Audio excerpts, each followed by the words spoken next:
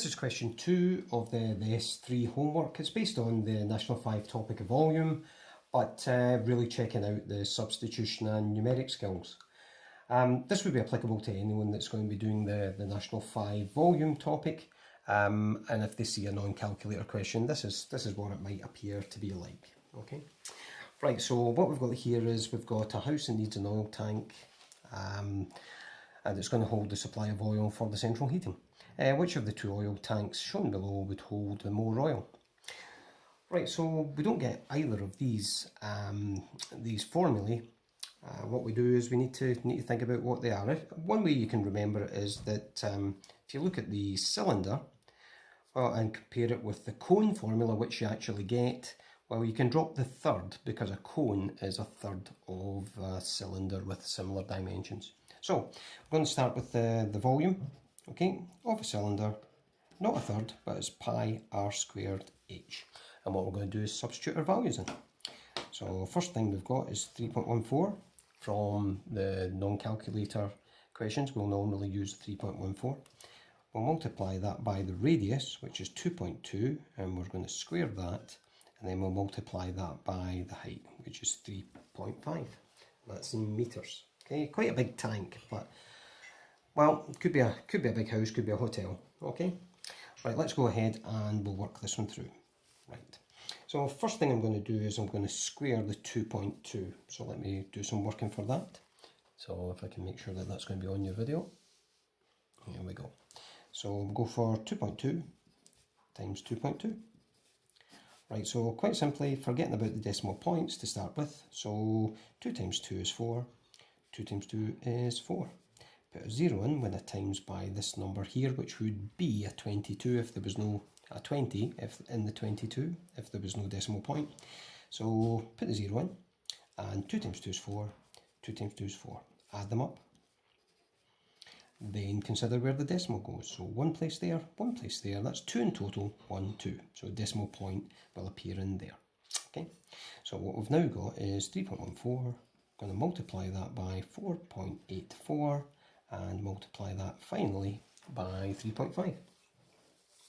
Right, the next thing that we'll do is we'll multiply 3.14 and we'll multiply it by 4.84. Right, so we'll do a bit of working for that just at the side here again. Okay, right, so 3.14, going to multiply that by 4.84. I'm leaving 3 places there to do the working. Okay, right, so I'm going to use some different colours this time. So what I'll do is I'll multiply out, first of all, we'll use red, okay? So 4 times 4, that's going to give me 16. That's going to give me 5 if I do that. 4 times that gives me 12, okay? Next one I'll do is I'll go for blue, but the first thing I'll do is I'll put in the 0 there.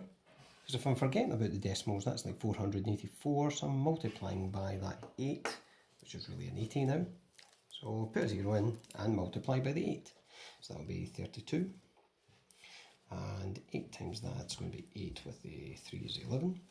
And that's going to be 24, 25. So that's what we've got for that line there. So put in the zeros. So that would be a 400. So I'm going to put 2 zeros in here. And then what I'll do is I'll multiply out by the 4. So it should be the same number that's up the top here. So that's going to be 6, 5, 2, 1. So I'm just copying that number because I know it's going to be the same.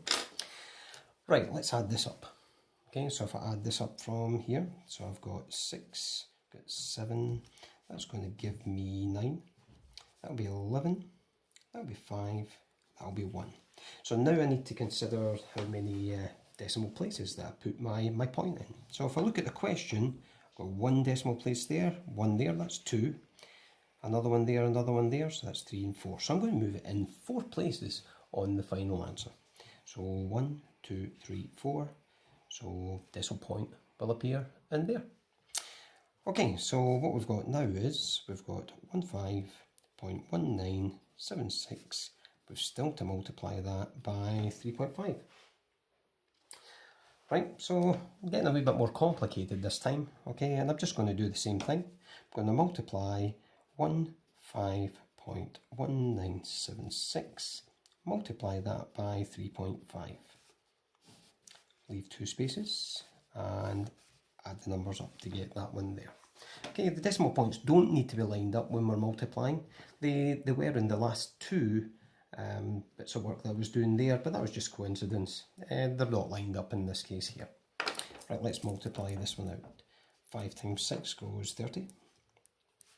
35, so that'll take me to 38.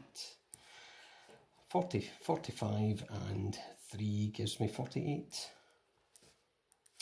5 times 1 is 5, that'll give me a 9 there. 5 to 25, 5, 6, 7. Okay, so 75980. I'll put a 0 in here for the 30 and 35, and we'll do it in blue. So 3 times 6 gives me 18. 3 times 21, 22. 3 times 9 gives me 27, 28, 29. 3, 4, 5, 15 over, and we've got 3, 4. Okay, so what we've got on that line is 4, 5, 5, 9, 2, 8, 0. I'm going to add them together. Right, that should give me a 0, give me 16, that'll give me 11, that'll give me 19, give me 11, 13 and 5. So 5, 3, 1, 9, 1, 6, 0. Right then, so I'm going to have to consider where the decimal point will go. So I've got 1 decimal place there, and I've got 1, 2, 3, 4 there. So that's 5 in total. So 1, 2, 3, 4, 5 places. So that should take me right into there. So my final answer on multiplying these numbers out will be 53.19160, and that will be in, oh wait a minute, we're in meters, so it'll be cubic meters. Cubic meters. Okay, just checking out the units that are there. Okay, next part here, we're going to consider the cuboid. So I can see this is a cuboid. So I need to remember what the formula is for that. Volume equals length times breadth times height. Length is 8, breadth is 2, height is 3.5. So what we can do here is we could do the 2 times 3.5 first of all. That should give me 7, and then when I multiply it by 7 I've got 56, and that's going to be cubic meters, okay, as well. Now I'm just going to make a comparison, and that'll be the question complete. So which one's the biggest? This one here is the largest here, that would hold the most oil. Okay, so since, and we'll say that 56 cubic meters is larger than 53, I'm going to just write the whole thing out here. Cubic meters, the cuboid holds, well, I'll say it has the largest volume,